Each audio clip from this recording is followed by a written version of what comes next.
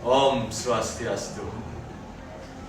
Yang terhormat Bapak Kepala, yang saya hormati Bapak Ibu Guru Tim Penilai. Pertama-tama marilah kita sampaikan rasa puji syukur kehadirat Tuhan Yang Maha Esa. Karena atas berkat dan rahmat-Nya kita dapat berkumpul dalam ruangan ini dalam keadaan sehat walafiat. Pada kesempatan yang berbahagia ini, izinkanlah saya memperkenalkan diri terlebih dahulu. Nama saya Iwaya Deva Andriana, nomor 16, kelas IPS 3, untuk menyampaikan pidato tentang dampak COVID terhadap perekonomian dunia. COVID-19 tengah menjadi permasalahan di dunia internasional sehingga ini dapat berpengaruh terhadap perekonomian dunia dan juga berimbas pada semua sektor, terutama ekonomi. Hal ini diakibatkan oleh melambatnya pertumbuhan ekonomi karena pandemi COVID-19. Keterlambatan ini ditandai dengan memburuknya kondisi lingkungan eksternal dan melemahnya permintaan dalam negeri.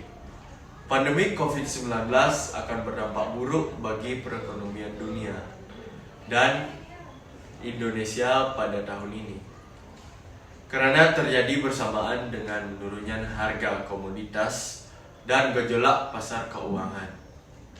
Namun harus diatur dalam kesepakatan bersama yang harus ditaati dengan hati-hati. Selain itu, perdagangan internasional menjadi pendorong utama dalam kebutuhan valuta asing. Oleh karena itu, suatu negara harus dapat meningkatkan surplus ekspornya ke dalam negara lain. Baik jika suatu negara dapat meminimalkan sumber daya, tetapi menghasilkan lebih banyak keuntungan. Ini menunjukkan bahwa suatu negara harus meningkatkan ekspor sebanyak mungkin. Pada saat yang sama, negara harus membatasi impor. Merujuk data Badan Pusat Statistik atau BPS, Cina masih menjadi mitra utama perdagangan Indonesia. Melambatnya pertumbuhan ekonomi akan berkaitan langsung dengan turunnya pendapatan domestik atau bruto PDB.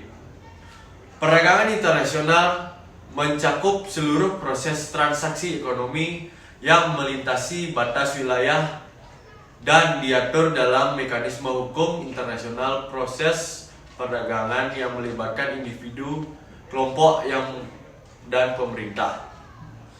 Masing-masing pihak dapat bekerjasama dalam proses ekspor dan impor dengan kebijakan tertentu. Kondisi COVID-19 terhadap perekonomian global ini menyebabkan ketidakpastian yang sangat tinggi dan menurunkan kinerja pasar keuangan global. Menekannya banyak mata uang dunia serta memicu pembalikan modal kepada aset keuangan yang dianggap aman. Selain itu, prospek pertumbuhan ekonomi dunia juga menurun akibat tergantungnya penawaran global, menurunnya permintaan dunia, dan juga melemahnya keyakinan dari para pelaku ekonomi. Data Februari 2020 menunjukkan berbagai indikator dini global seperti keyakinan pelaku ekonomi, Purchasing Manager Index atau PMI, serta konsumsi dan produksi listrik menurun. Sementara itu, dari segi pendapatan ekspor, pariwisata, dan komoditas diperkirakan terjadi penurunan yang akan menyebabkan defisit transaksi berjalan mencapai 2,9% dari penduduk domestik. Demikianlah kiranya yang bisa saya sampaikan. Kurang lebihnya saya mohon maaf jika ada salah kata yang terucap, dan atas perhatiannya saya ucapkan terima kasih yang sebesar-besarnya. Akhir kata saya tutup dengan Parama Santi. Om Santi Santi Santi Om.